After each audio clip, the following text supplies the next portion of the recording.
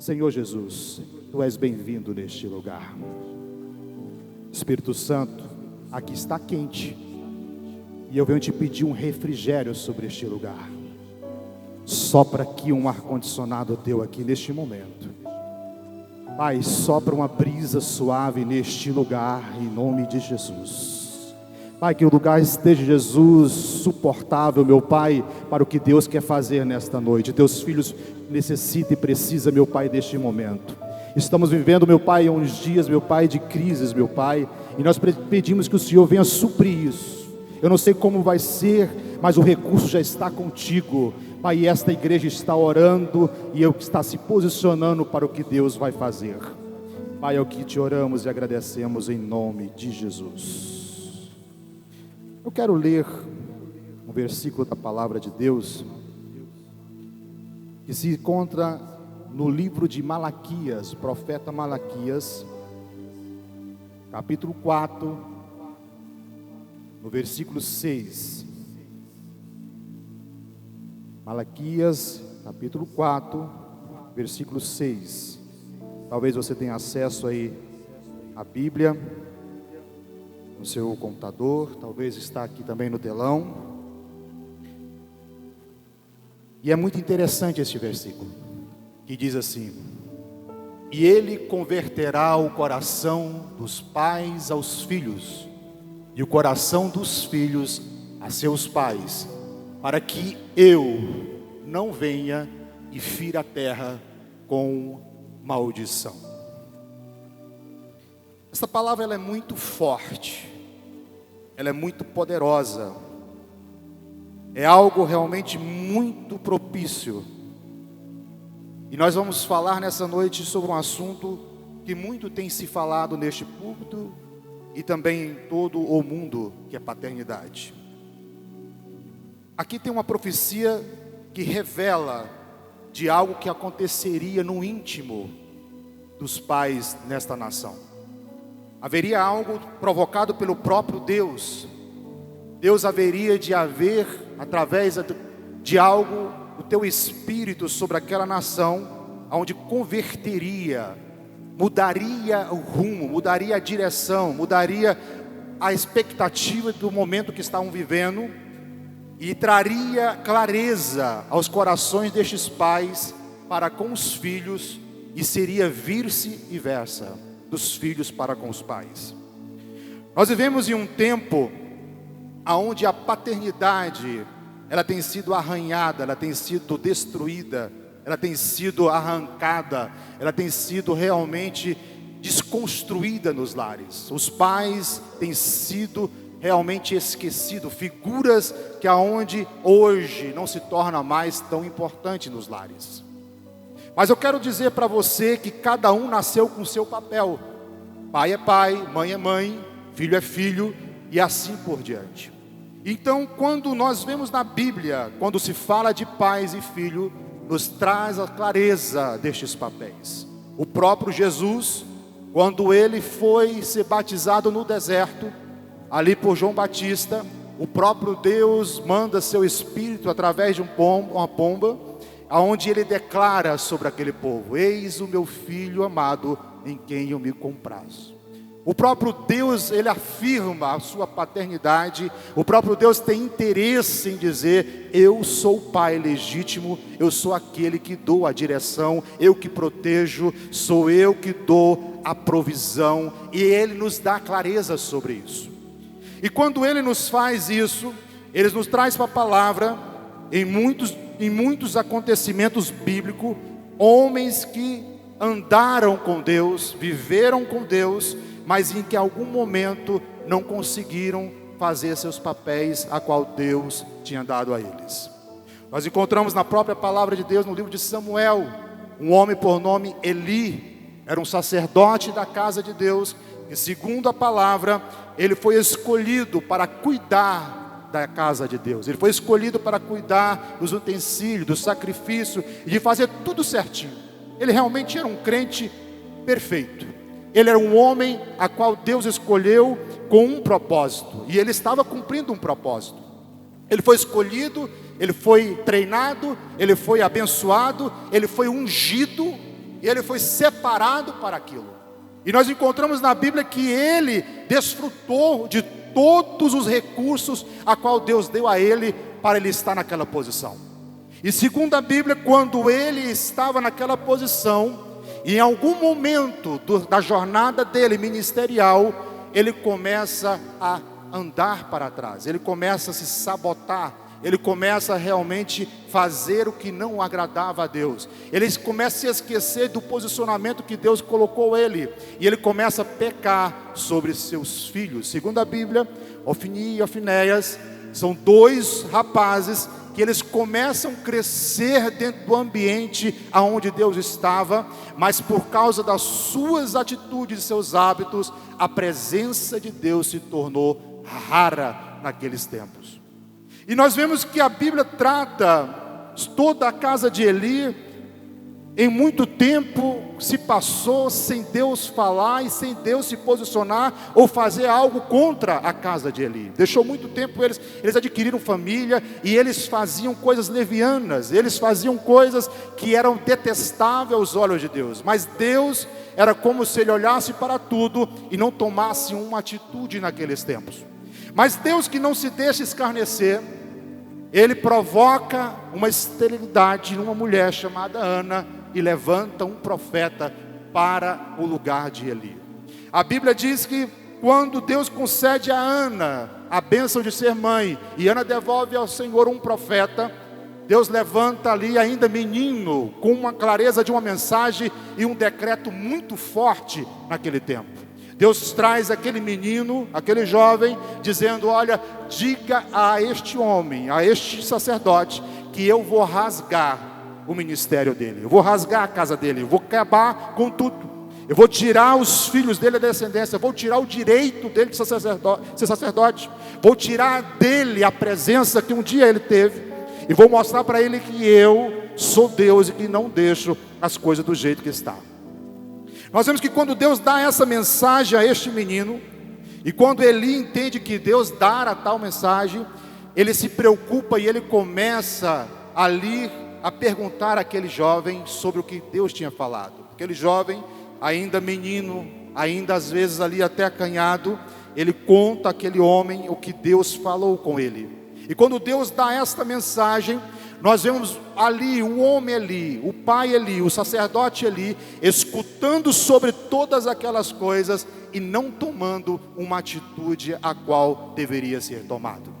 E aqui nos preocupa, porque quando aquele homem recebe um decreto, recebe uma sentença, ele não se mexe da posição dele, ele não toma uma atitude de dizer: filhos, vocês têm que mudar, filhos, vocês vão sair do cargo onde estão, filhos, vocês não vão entrar mais no templo, filhos, vocês não vão tratar a casa de Deus desse jeito, filhos, vocês não vão pegar o sacrifício de Deus e fazer isso, filhos, vocês não vão beber mais no altar, porque os filhos dele eram como filhos de Belial, era tomada a bebida, tomava o sacrifício que não era deles, eles faziam as coisas à desordem na casa de Deus, e aquilo era abominável diante de Deus. Mas o homem relaxou, o homem se tornou complacível, o homem se tornou passivo naquela situação, o homem passou a mão sobre a cabeça de seus filhos e encobriu os seus erros e não tomou uma posição que Deus queria. Aqui nos leva a pensar que tipo de pai nós temos sido, que tipo de pais nós temos sido, que tipo de mãe você tem sido, que tipo de avó que você tem sido, que tipo de avô, que tipo de tio ou tia que você tem sido, qual é a sua relevância na família que você está, qual é o posicionamento que você tem que ter e você não tem tido. E aqui nós vemos um homem que tinha todo o aparato, ele tinha todos os aparatos para fazer a diferença naquele tempo. Havia sobre ele um decreto, uma ordem de Deus, aonde os filhos dele, os filhos dos filhos dele, viveriam muitos anos como sacerdote da casa de Deus. Eles seriam contados nas histórias como o povo que cuidou da casa de Deus, sacerdotes relevantes, pessoas que fariam diferenças aonde fosse, mas no entanto, escolhe o caminho da perversidade. E eles adulteram, e eles cometem vários tipos de pecado contra Deus. Mas quando Deus dá este decreto, o que mais assusta é o posicionamento deste homem, aonde ele diz: tudo bem, Deus quer fazer, Ele vai fazer. Quantos de nós Em algum momento estamos no curso da vida e nós falhamos, erramos, caímos, deterioramos, fizemos tantas coisas erradas. E em algum momento Deus se posiciona e fala: não faz mais isso. Se você continuar nessa vida, o fim não vai ser bom. E nós temos a oportunidade de fazer como no GPS, dar a volta, voltar aonde começamos, ou às vezes até mesmo retornar, ou às vezes ir para uma direção aonde Ele está dizendo, e nós não nos posicionamos, e entramos em um buraco, às vezes que Deus não quer, e ali nos colocamos, e ficamos naquele lugar, aonde Deus não quer que ficamos, e Ele fala: sai daí, e você fala: não, aqui está bom, está ótimo onde estou, está tudo bem aqui, e decidimos ficar neste fracasso, ou lambendo feridas, ou até mesmo nos permitindo ficar cada vez pior o nosso íntimo, o nosso interior, e nós perguntamos às vezes, muitas vezes: Deus, aonde eu errei? Como que faz para mudar de vida? Mas não esquecemos que nós temos que nos posicionar diante da palavra que Ele tem nos dito. Deus não queria que a casa de Eli permanecesse assim. Deus deu aquela palavra, não era para que Eli concordasse, ficasse ali naquela palavra e dissesse assim: olha, tudo bem, nós vamos mudar a partir de agora. Deus não deu essa palavra para ele ficar em um estado onde ele ficasse concordando e viesse a sentença e morresse todos, mas que ele se posicionasse e que ele corrigisse e que ele disciplinasse a sua casa. Mas a Bíblia diz que não houve reação. Aquele homem ficou dessa forma. E quando a Bíblia fala sobre isso, a Bíblia nos fala mais à frente que a presença de Deus se foi, a arca também se foi, e ali os filhos morrem de Eli. E tanto que Eli também morre cego, velho e ainda gordo, de uma cadeira que cai e quebra o pescoço. Segundo a Bíblia, quando acontece isso, a sua nora tem um filho por nome Icabô, que significa foi-se a glória de Deus. Então a sentença sobre este homem, por falta da paternidade em exercício, pelo exercício que Deus estava dando a ele, não era só o sacerdote, mas como pai daqueles filhos, traz uma consequência muito dura, muito severa e muito forte sobre a sua casa. Ele perde seus filhos, ele perde a liderança, ele perde até mesmo seus netos, e ele perde a própria vida. Algo acontece àquela geração. Eu não sei como tem andado a sua geração, mas Deus não quer que a sua geração se acabe aonde você está vivendo. Deus não quer que sua vida finda aonde você está vivendo. Deus quer um recomeço contigo. Deus quer soprar vida aonde não tem morte. Ele quer dar vida aonde talvez você está olhando hoje, tem luto, tem tristeza, tem angústia, tem doença, está tudo ruim. Ele quer falar para você nesta noite que quer soprar um tempo de paz. É um tempo de, olha, realmente que vai jorrar água nova. Há um tempo novo, um limpo para ser jorrado na sua vida.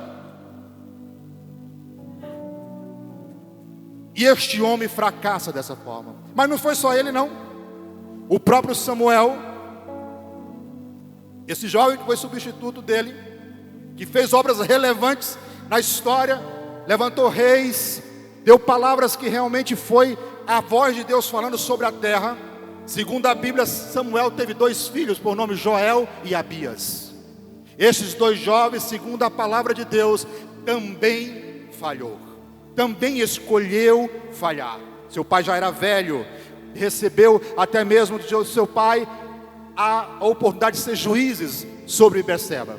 Mas quando eles recebem esta bênção de ser, eles começam a deturbar, eles começam a prostituir novamente, eles começam a enganar, eles começam a adulterar, eles começam a receber subornos naquela região, e começam a desagradar a Deus, e também fracassam. Outro homem que também teve um grande significado na palavra de Deus, que foi pai de muitos filhos, e que era um homem segundo o coração de Deus, chama-se Davi. Perdeu o controle de sua casa, por algum momento não tem um posicionamento correto como pai, Em algum momento ele não se posicionou com disciplina. Em algum momento ele não ensinou. Em algum momento ele não corrigiu. Em algum momento ele não falou a verdade. Em algum momento ele não deu o exemplo. Em algum momento ele não fez o que Deus tinha mandado ele fazer. Em algum momento ele perdeu a direção. Em algum momento ele deixou de ser o sacerdote de casa. Em algum momento ele perdeu o sacerdote de casa. Em algum momento ele não só perdeu o sacerdote da casa, mas ele perdeu a direção da casa, a ponto de filhos matar filhos e adulterar irmão com irmã, e assim virou uma bagunça na família de Davi.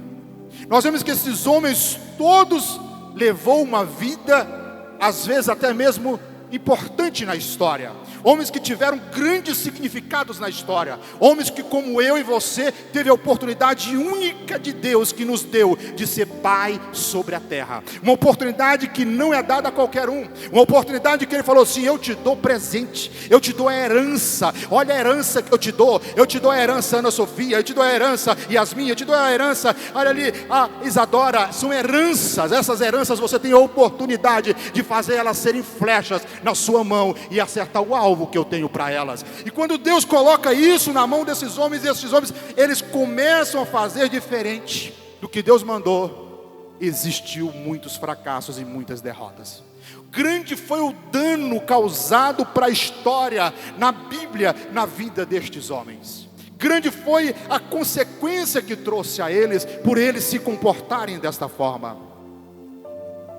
Mas, porém, existe um Deus que é Pai. Existe um Deus que a sua paternidade, ela é inegável. Existe um Deus a qual que mesmo você e eu falhando, Ele se posiciona como Pai, e Ele continua dizendo que Ele não erra, que não falha, e Ele é imutável, e Ele pode mudar as coisas no seu lar. A Bíblia nos fala da história de um homem chamado Gideão, que está em Juízes. Segundo a Bíblia, este homem estava ali malhando trigo no lagar, com medo dos medianitas. Os medianitas, eles eram terríveis. Segundo a Bíblia, deixava que o povo plantasse, e quando colhesse, ele não deixava que o pessoal desfrutasse da colheita, eles tomavam a colheita. E a Bíblia diz que Gideão estava fazendo ali no lagar, escondidamente, malhando o trigo dele. E Deus, o próprio Senhor, aparece a ele e fala: ei Gideão, eu te chamei para uma grande obra, e eu vou colocar você para defender meu povo junto às medianitas. E nós vemos que Gideão começa as desculpas diante de Deus. Eu sou pequeno, sou o menor da casa do meu pai, e sou isso, sou aquilo. E ele começa a se desfazer diante de Deus. E ele começa a falar tantas coisas, e Deus começa a falar com ele: escuta Gideão, não importa nada disso. O seu passado, você precisa entender que ele não é a causa de hoje. Eu estou querendo fazer o que eu quero na sua vida. O passado seu ficou no passado, está resolvido. Eu entendi de onde você veio, eu sei como você viveu, mas de hoje em diante eu te escolho para uma grande obra. Eu te escolho para uma grande capacitação. Eu te escolho para mover os céus. Eu te escolho para defender o povo. Eu te escolho para uma grande obra, para você adquirir grande conhecimento, para você ir no embate com poucas pessoas e vencer pelo meu nome, porque eu sou o exército maior. Eu faço o meu exército. Eu estou com você e não abro. Deus começa a afirmar isso ali, aquele rapaz. E Deus começa isso também, falar isso com você nesta noite. Talvez o contexto da sua história, talvez de onde você veio, você é alguém desqualificado para você mesmo. Talvez o pai que você tem como representação dentro do seu coração é a intimidade ou o relacionamento que você tem com Deus. Muitas vezes talvez você transferiu para o próprio Deus a relação que você teve ruim com seu pai até aqui, ou o pai que você teve ou não teve, ou até tem até hoje. Mas o certo é que Ele está te chamando nesta noite para ser curado, para ser sarado, para resolver o passado no passado, deixar o passado lá e ser aquele que está curado, sarado e que, sendo certo que Ele é seu Pai e Ele se posiciona como aquele que sara as suas feridas, as suas emoções. Ele quer te dizer que mesmo que seu pai te abandonou, a sua mãe não foi a mãe mais boa da sua vida, Ele ainda continua sendo o mesmo Deus que provê para a sua vida o que o homem não pode prover. Essa terra está seca, mas vai jorrar água nela, vai brotar, vai sair novos brotos, você vai ser feliz.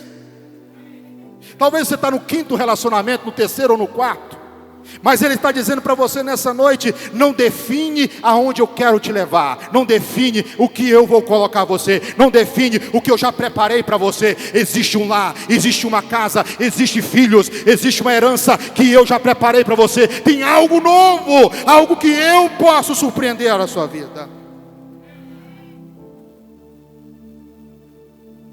Eu quero ler na palavra do Senhor, e é aqui que eu começo a pregar. Em Números capítulo 27.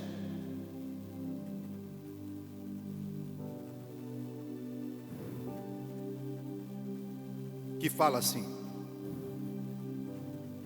chegaram as filhas de Zelofeade, filho de Éfer, filho de Gileade, filho de Maquir, filho de Manassés, das filhas de Manassés, filho de José.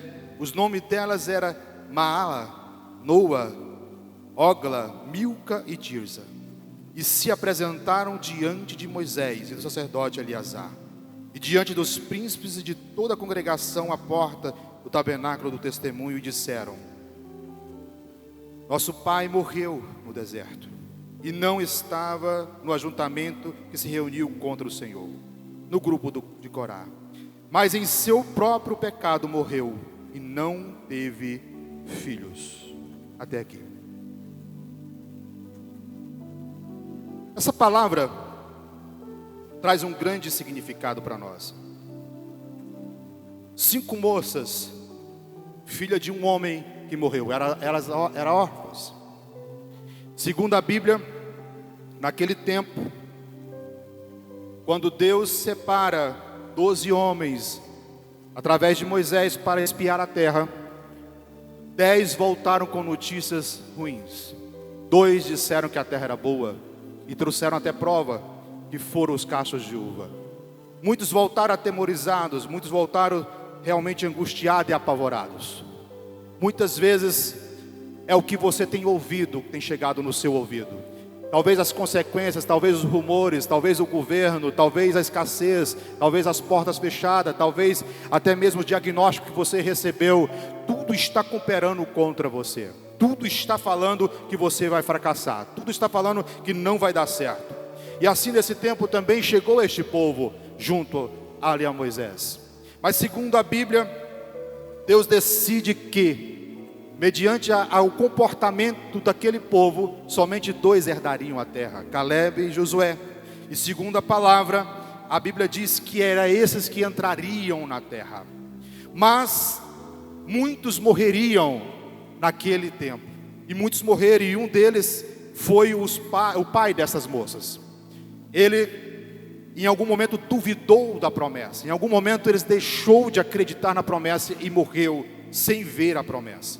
Além de ter morrido sem ver a promessa, deixou suas filhas órfãs e ainda desamparada. Algo leva-nos a pensar sobre essas filhas.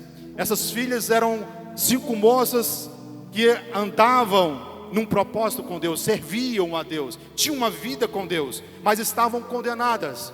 Não tinham herança, tinham uma idade provavelmente a partir dos 20 anos, e segundo a mensagem, não herdariam a terra, morreria também no deserto, e elas existia sobre elas algo já certo do fim para elas, pelo decreto e pela própria ordem do próprio Deus e pela lei daquele tempo. A mulher não tinha vez, a mulher não tinha voz ativa. Quem herdava a parte do pai ou de toda a família seria o homem, e este homem morreu antes de ter um filho homem. E segundo a Bíblia, quando elas se depararam com isso, elas ficaram ali realmente desnorteadas. Mas algo acontece sobre essas mulheres. E a primeira coisa que eu quero destacar é o significado do nome delas, que eu anotei aqui para compartilhar com a igreja.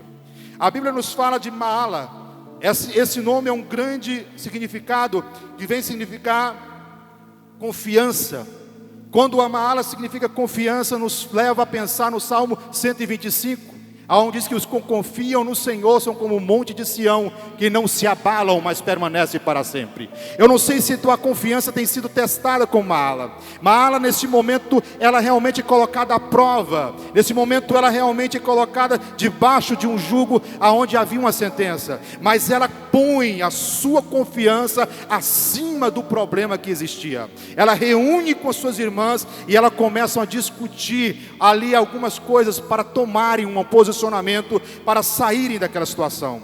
Outro nome que nos revela muito significado é Noa, que significa aquela que não se detém, aquela que não se atavia, aquela que não coloca em um momento de que possa estar com seus pés amarrados. Quando ela se coloca nessa posição, nós vemos alguém destemida, alguém pronto com a confiança, tomaram ali uma direção para não voltar atrás, não retroceder e não abandonar o propósito que estava no coração delas. Outro significado da Ógla, uma outra irmã delas, que significa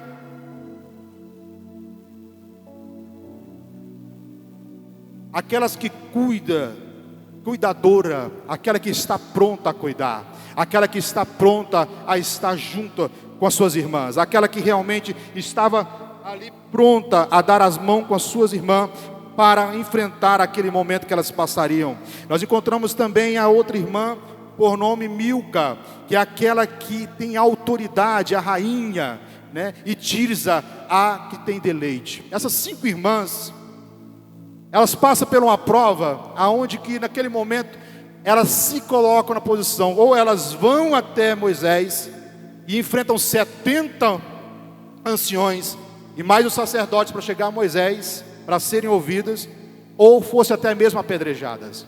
E elas escolhem passar pelo risco. Elas se posicionam, elas não estão nem aí pelo que vai acontecer.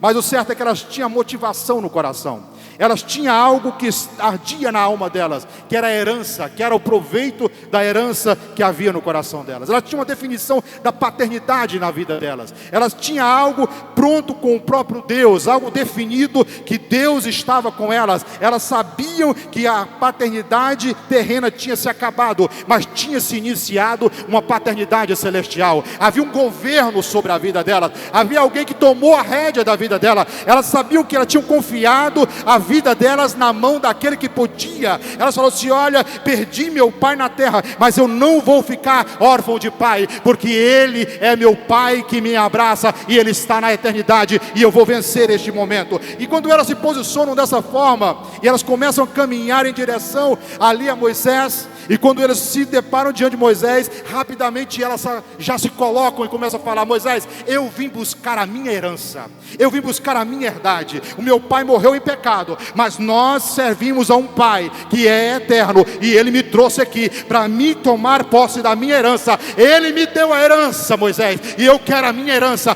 Você pode nos dar essa herança? Quando Moisés passa a prova isso, ele não se aguentou, ele teve que orar, ele teve que ouvir, e ele teve que falar com Deus. E ele ouviu de Deus uma mudança na lei.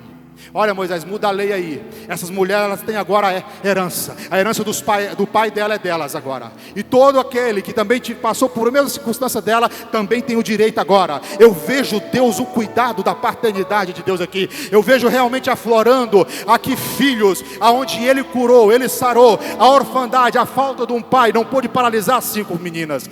Aquele momento que elas estavam vivendo, talvez, da falta, da necessidade do pai, não pôde fazer com que elas desistissem do propósito. Eu não sei o que você está passando agora para você fazer desistir da jornada do caminho, mas eu venho te chamar nessa noite para você ser sarado, se quer ser curado e entender que o Pai que está com você, Ele é mais do que tudo que você tem enfrentado nessa vida.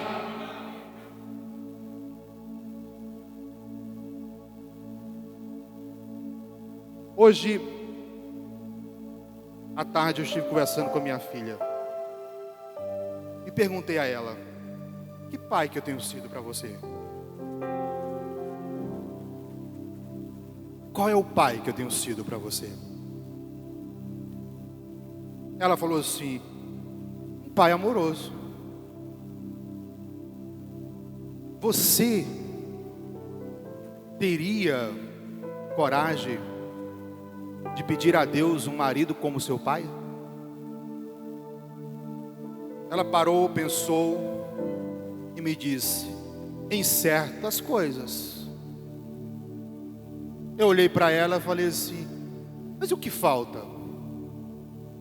E ela se abriu o coração comigo. Ela falou muitos pontos, muitas coisas que eu não conhecia do coração da minha filha. Às vezes, o que você precisa é só perguntar. O que você está complicando demais, você só precisa interagir e entender o que está no coração. O que você às vezes está florando demais, está colocando muitas coisas, talvez não é isso que Deus quer. O que Deus quer é que você só se abra o seu coração e que você senta no colo dele e começa a perguntar para ele: pai, eu preciso entender a tua paternidade, eu preciso entender o que você quer comigo, eu preciso entender por que você me chamou, por que você me escolheu, por que eu nasci, por que eu estou neste mundo. E quando você começa a entender isso, você começa a ter um relacionamento, e quando você começa a ter um relacionamento, você começa a entender a profundidade do que é Deus em você. Eu pude entender um pouco da minha filha. Eu pude saber um pouco da expectativa dela, do que ela guarda no coração dela. Você às vezes está perdendo seu filho dentro da sua casa e você não sabe. Às vezes você está perdendo dentro do seu lado, seu filho está indo embora e você não está vendo, por causa da maneira que você vê as coisas. Às vezes a maneira que você coloca as coisas não é o bastante dentro da sua casa. A comida não está sendo o bastante, a roupa não está sendo o bastante, o celular não está sendo o bastante, a energia não está sendo o bastante, mas o amor que tem no seu coração é esse que vai sarar a ferida que está no coração dela, é esse que vai sarar a ferida que está no coração dele. Não deixa seu filho perder dentro de sua casa. Às vezes seus filhos só querem a oportunidade de falar.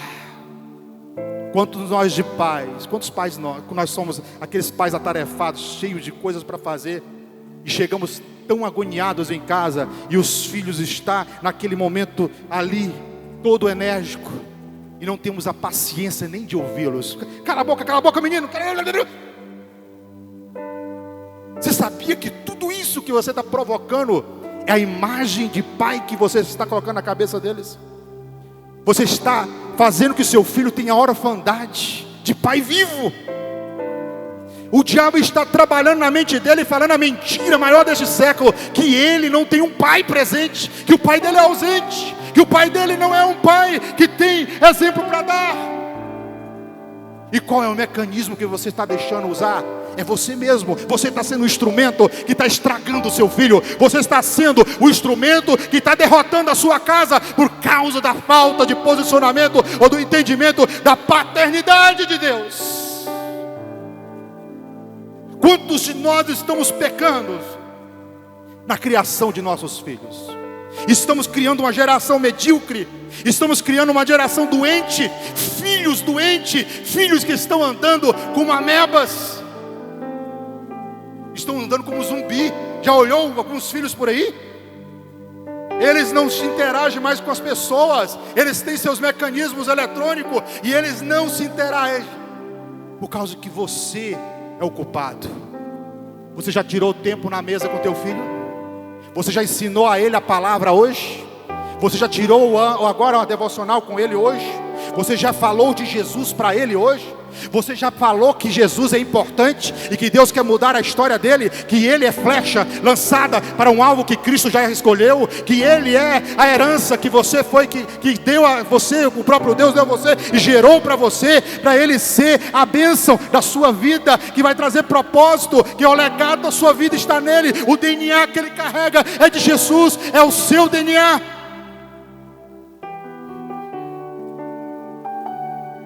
Quantos filhos machucados?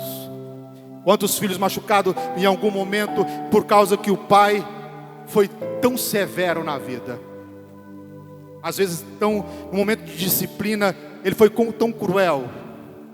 Ou aquele que foi comprar um pacote de arroz e nunca mais voltou.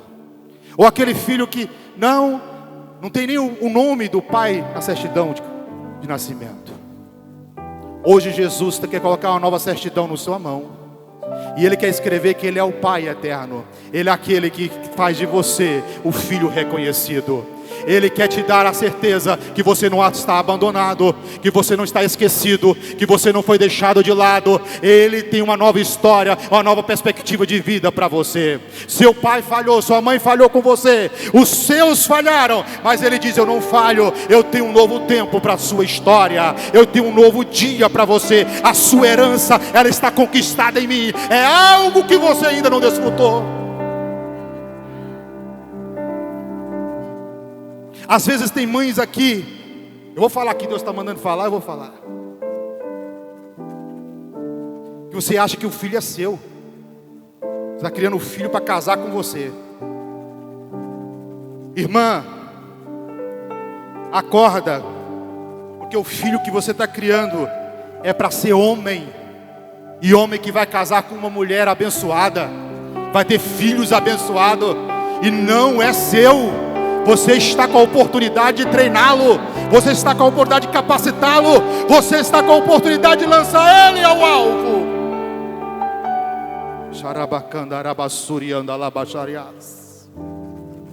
Tem mães aqui que criam filhos como porcelana. Ninguém pode tocar. Se tocar vai quebrar. E se tocar vai ter problema. Porque ela... Irmã, eu te convido hoje a ter uma resistência. Você tem um problema de orfandade profundo. Você tem um problema de paternidade profundo na sua vida. Não transfira para seu filho o que você tem na sua alma de doente. A sua alma está doente e precisa ser renovada, ela precisa ser consertada, ela precisa ser alinhada, ela precisa ser limpa, ela precisa ser transformada ao ponto de você olhar e falar: Cristo mora aqui e me dar a oportunidade de ser uma mãe diferente.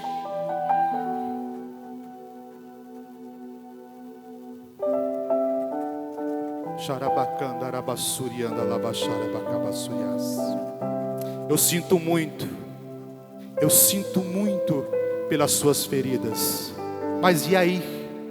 Vai continuar ferida? Vai continuar aí aonde você escolheu estar?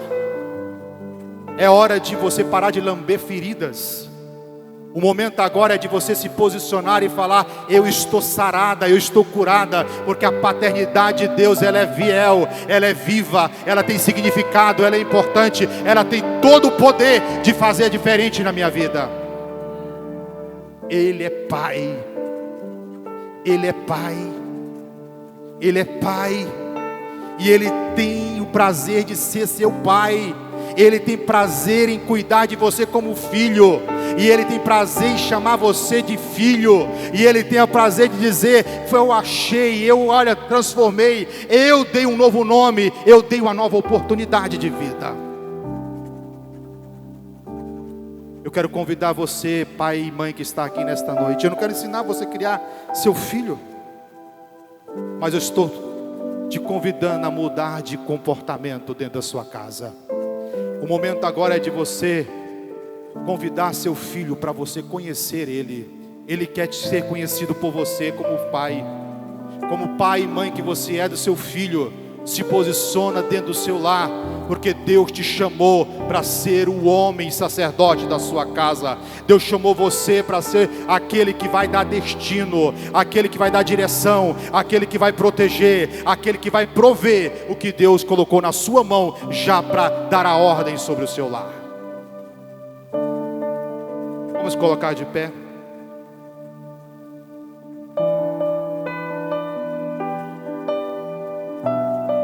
Noé falhou. Noé era um homem realmente que Deus escolheu para um grande propósito,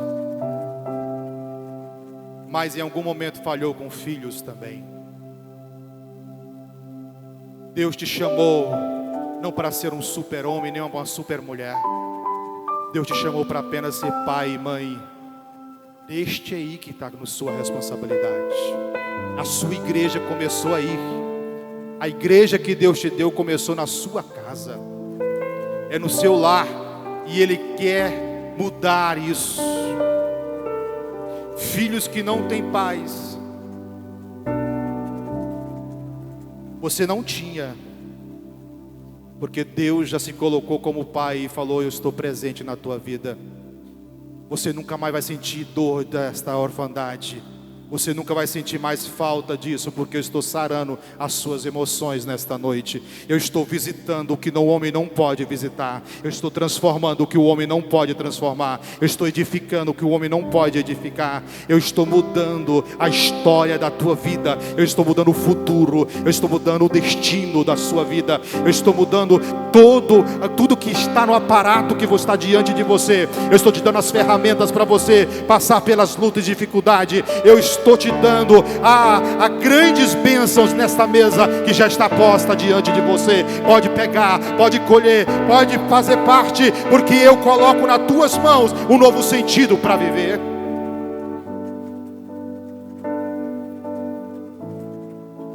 Você que entendeu sobre essa mensagem,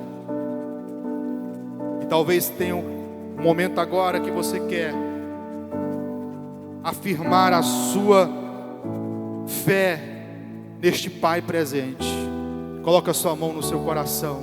Eu vou orar por você. Senhor Deus, visita, Jesus, nesse momento teu filho, a tua filha. Pai, faça com que ele possa, Senhor, ser, Jesus, edificado pela fé que ele tem. Traz, Senhor, sobre ele, meu Pai, realmente, Jesus, o sentido de viver, meu Pai. O sentido, meu Pai, de estar, meu Pai, mais perto, meu Pai, de Cristo. Deus, em nome de Jesus, é o que nós oramos neste momento. Talvez você recebeu de seu pai uma herança muito ruim. Você recebeu uma enxada do trabalho. Talvez você tenha cavado muito. Você tem trabalhado muito. Essa enxada representa muitas vezes, talvez na sua vida, a ferida que você carrega na alma. A dor, o sentimento de abandono, a tristeza em algum momento de você ter passado por algum abuso sexual, de algum abuso familiar, de algum abuso físico, ou até mesmo sentimental, espiritual. Talvez a religião foi essa enxada na sua vida. Talvez a história contada pelos seus é essa enxada e só traz trabalho, só traz tristeza, só traz angústia, só te traz desespero. Você tem sofrido dias após dias. Você tenta avançar e você só regride. Você só vai para trás. E essa enxada tem sido isso na sua vida. Hoje eu quero te convidar a você fazer uma troca dessa enxada que talvez se tornou uma âncora na sua vida, de tanto trabalho por algo novo que Deus tem para você. Algo que você precisa neste momento. Algo que você precisa de Cristo. Deus tem um novo decreto para você. Deus tem um novo tempo para você. Deus tem uma nova escolha para você. E eu creio que Ele quer substituir essa enxada de tantos problemas emocionais por um novo decreto. Por um novo decreto, por uma nova direção, por uma nova lei que vai fazer sentido na sua vida. É um livramento, é uma liberdade. Ele te dá uma carta manga, Ele te dá uma carta de livramento, Ele te dá liberdade em Cristo, Ele te dá a oportunidade de um novo tempo, de uma nova história. Ele quer fazer isso na sua vida.